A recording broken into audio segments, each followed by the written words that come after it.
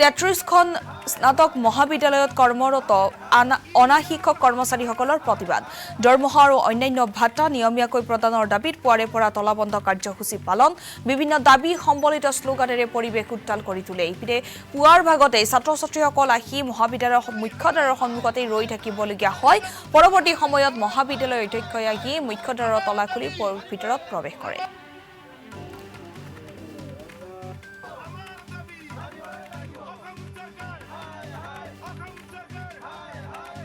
আমি 2021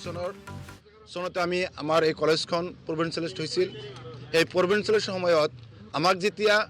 তেখেতসকলে এপাৰ্টমেণ্ট দিছিল সেই সময়তে বৰ্তমানৰ মাননীয় মুখ্যমন্ত্ৰী ডাঙৰীয়াই কৈছিল আপোনালোকে ট্ৰেইনত উঠি লওক আপোনালোকৰ কাৰণে আমি পূৰ্ণ পৰ্যায়ৰ দৰমহা কৰি দিম কিন্তু যাওঁতে যাওঁতে আজি 5 বছৰ পাৰ হৈ গ'ল তেখেতে এতিয়ালৈকে আমাক কোনো ধৰণৰ সা সুবিধা দিয়া নাই আমি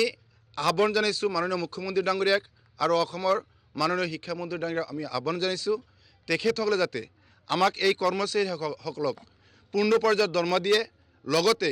বিভিন্ন সা সুবিধা যাতে আমাক দিয়ে এতিয়া এটা লাজৰ বিষয় হৈছে মোকে চাবি দিছে মই এতিয়া তালা খুলিবলগীয়া হৈছে মোৰ পৰীক্ষাও আহিছে 1 তাৰিখৰ পৰা পৰীক্ষা 1 ডিচেম্বৰৰ পৰা পৰীক্ষা আমাৰ ইমানবিলাক ষ্টুডেণ্ট আপোনালোকে চাইছে ইমানবিলাক ষ্টুডেণ্ট ৰৈ আছে তেওঁলোকৰ ফৰ্ম ফিল আপৰ কাম আছে আমাৰ কৰ্মচাৰীসকলৰ এটেণ্ডেঞ্চৰ কথা আছে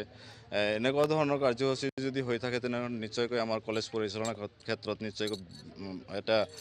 ব্যাহত এটা পৰিৱেশৰ সৃষ্টি হ'ব সেইকাৰণে মই ইএম তথা শ্ৰদ্ধাৰ মাননীয় শিক্ষামন্ত্ৰী তথা মুখ্যমন্ত্ৰী ডাঙৰীয়াক মই